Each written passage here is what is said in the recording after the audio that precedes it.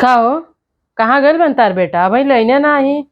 हम ही के बता के जाने घर से बाहर आ घर के अंदर आवेने हैं? आ कि तू हके घर में सब्जी नहीं बटे का बनी? रोज के ये नाटक हो गए बा उनकर। आवे आज आवे उनके खाना खियाओ तनी हम आवे उ। तो जो ते ही ले आओ सब्जिया काहे न ते चल जाता रे। हम ही जाई सब्जियों ले आवे आ ले आके बनैबो करी। ठीक बा, ले आओ तनी बनाओ तनी खइया लोगन। फोनवा लगा के पूछ कहाँ बाने, राती का नहीं न खाई जाई 12 बजे। काहे ने तू फोनवा लगा के पूछ ले ताड़ा? तारी फोनवा में नेटवर्क नहीं बाटे। Oh no!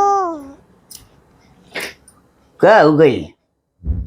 काहे तो हम लोग लड़ा तड़ा आपस में हैं?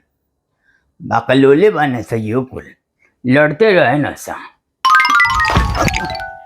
खाना खाना ले आओ, हमके ले आओ खाना खाई हम, भर पेट भूख लागल बा, ले आओ। अभी मजा आएगा ना भिड़ो। ये तो खाली थाली बरे। सब्जी ले आओ के कनी तो का लेके अइला हा? हमके ज्ञान मत दे, खाना दे थाली में भर पेट खाए खाती। अच्छा रुको, ले आओते बानी रुका। Oh no!